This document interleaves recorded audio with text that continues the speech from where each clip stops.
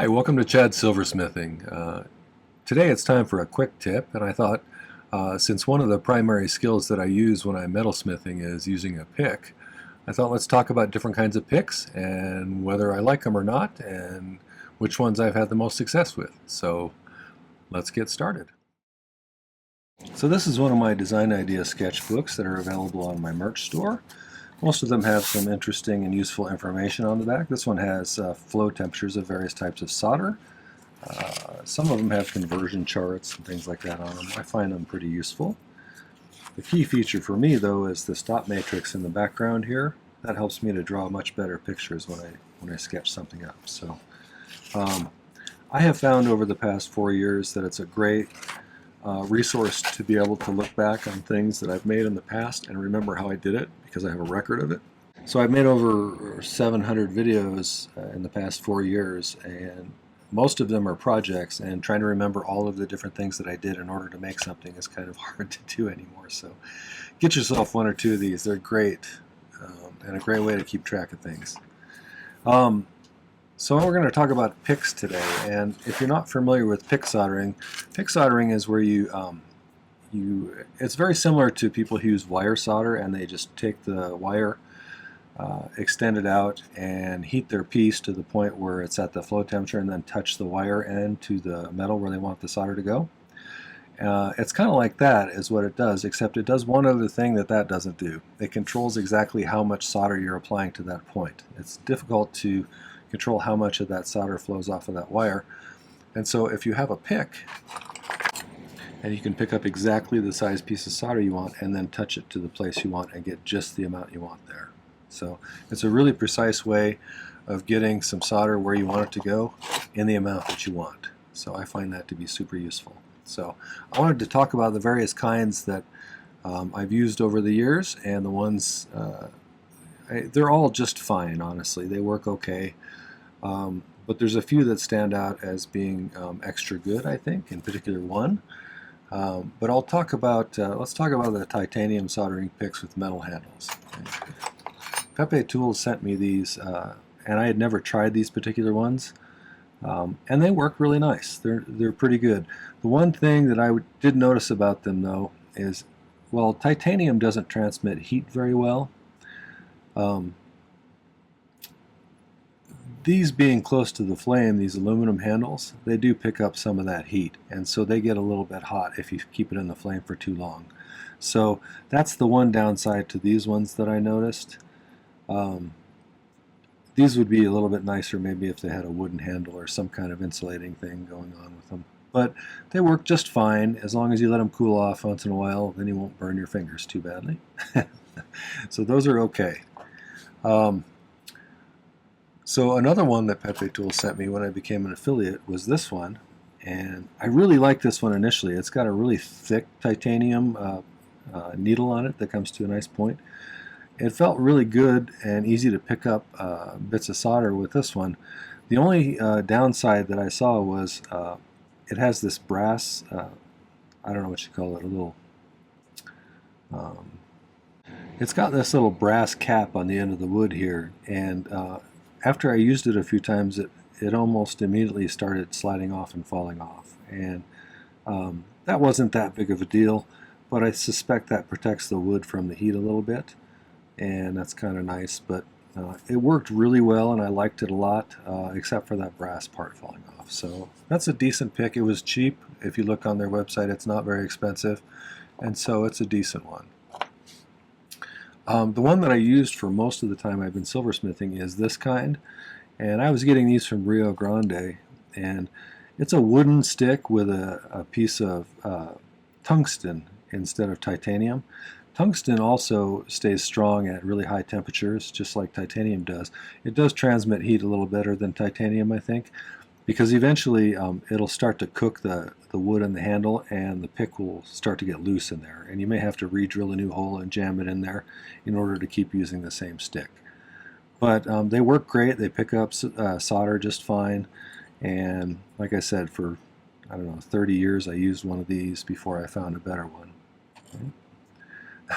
This next one is sort of funny, but The guy who taught me was a guy named Don Norris years ago. I took a couple of classes from him in the 90s, and he didn't teach with soldering picks, but he would kind of improvise a soldering pick, and he called it a nudget.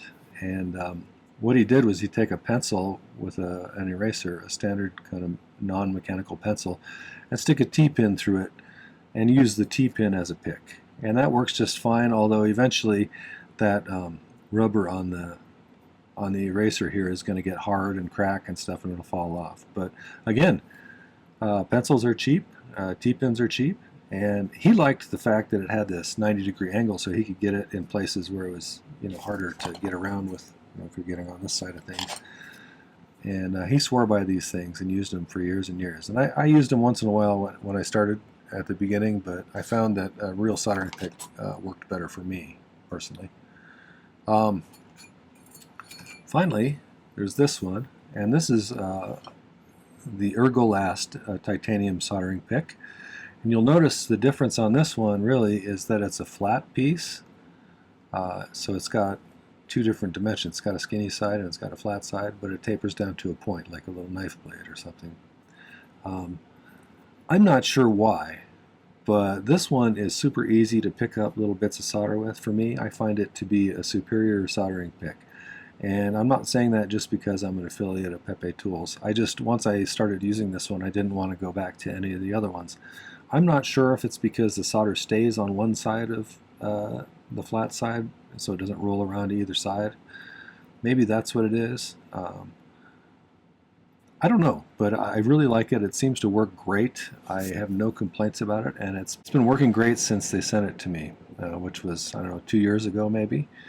And I look forward to getting many more years out of this one. Now, it's a little bit more expensive than some of these other ones, but I think you'll get your money's worth out of it. Again, it's titanium, and it's amazing to me that you can have this end down in, you know, a torch flame that's 4,500 degrees, and this thing is glowing red, and you're not even burning your hands at all. So it really, titanium just really doesn't transfer heat much. So that's kind of a cool trick.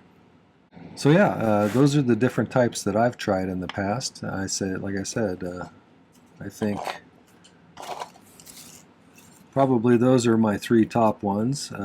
These are fine. They're like $4 or $5 a piece. This is probably under $10. And this was somewhere, I don't remember exactly how much, but it's going to be a little bit higher than that. But again, this will last a lot longer than these ones will, I think. And so I would recommend getting one of these. And I'll put a link to Pepe Tools in my video description if you want to check these out. So again, soldering pick is probably my most valuable tool as far as getting solder where I want it to go. And it made it so that I was able to do a lot of things that I couldn't do prior to learning how to pick solder. So if you're interested, I have a video about how to pick solder up here. And that's a good video. I'd definitely watch that. And then if you want, a while back I made another video, and that video is just mostly some projects that will give you some good pick soldering practice. So I'll put a link up there for that one too. So check it out. I think it's worth learning, and I hope it helps you out. Okay, well that was a little bit of information about picks. If you found that useful, I'd love it if you'd hit the like button. That really helps to get my channel promoted, and I appreciate that immensely. I would also love it if you'd visit my main channel page and check out some of my other content. I have almost 700 videos now. I've been doing 3 per week for about 4 years now, so there's quite a bit of content there, and I think most of it's pretty useful. So check it out, subscribe to my channel, there's no cost to that. Before we go though, I wanted to thank some groups of people. My patrons over on Patreon are my core group of supporters.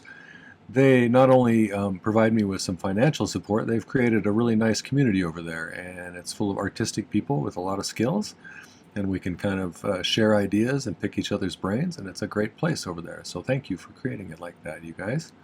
I couldn't really do this all without your help, so thank you for that. The other group are my YouTube subscribers, and we just passed 26,700, which is amazing. Thank you for that. I really love the nice comments that I get in the comment section from people. You guys are so kind and thoughtful about the things you say to me, and I do appreciate that. And I really like hearing your stories and also, you know, the techniques that you use. I learn a lot from some of you, so I appreciate the advice. I do also appreciate the financial support, like the Buy Me a Coffees and the Super Thanks and the buying my merch and my ebooks. All of that stuff makes my channel sustainable, and I couldn't do it without your help. So thank you for that.